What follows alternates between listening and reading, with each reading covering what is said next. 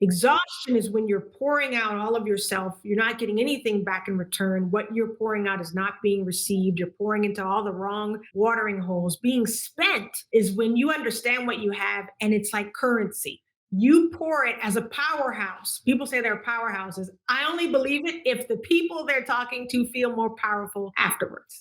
So, Right. as a powerhouse, you're supposed to pour power into others. And when I leave the stage, oh my gosh, I'm so spent because I Yeah. know I've given everything I could give, and I have proof from what I'm hearing and what I'm seeing that it was received.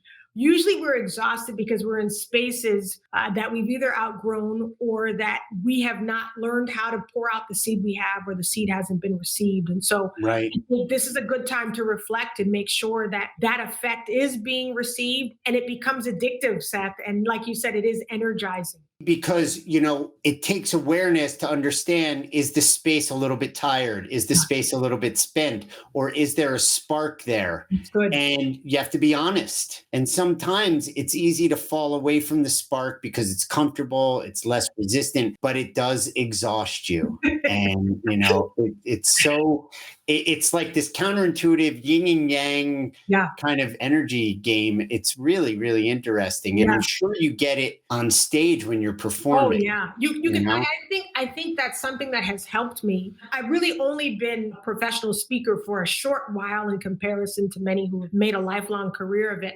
And I think the advantage I have is that I came from the performance space. So one of my superpowers is gauging the audience and kind of reading what they need. And I should Right, go faster here, or I should right, milk this moment. And I'll tell you, there are times, and this is why we're now very strategic in working with the clients we work with to say, this is the best placement. This is the best time of day, because we know now, and we need our audiences to be at a certain level of being keyed up in order to receive most powerfully. So we've right. learned over the years, Seth, like, I'm probably not your best 7 a.m. speaker because your audience is not ready. No, they're not. At 7 a.m., they're not ready. We also say if you've had a day full of information and their brains are full and they're tired, don't put me at the end of that. They won't be able to enjoy it as much, right? So we've Yeah, made a science of even the placement so that people can receive. And sometimes it just is what it is. And I have to do what I have to do to draw what I can out of the audience. And that's a part of the fun for me to right. figure out what they need to see the crossed arms, or the people who are bored from the That's whole right. day of the seminars. That's right. And And the and you know yeah, what? I love it. I bet you've also learned,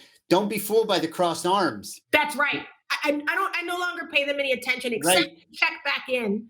Because And then usually they might be inside, it might be Mardi Gras inside. there And you don't be go. fooled by the ones that are doing all that, because they have other motivations. That's it. That's it. And I learned that actually from my being a musician. Was, I'd have these guys who were sitting there cross-armed, and I find out later they just learned to play the piano and they were thrilled to be there, and they were, holding on Right. to every note.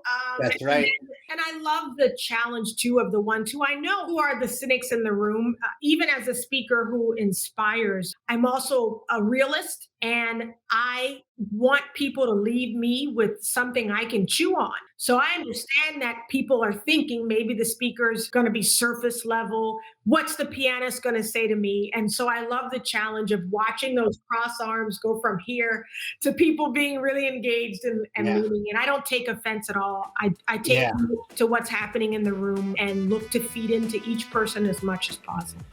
Thanks for stopping in and watching this video. If you found it helpful, you can find others just like it at the link below, and subscribe while you're at it.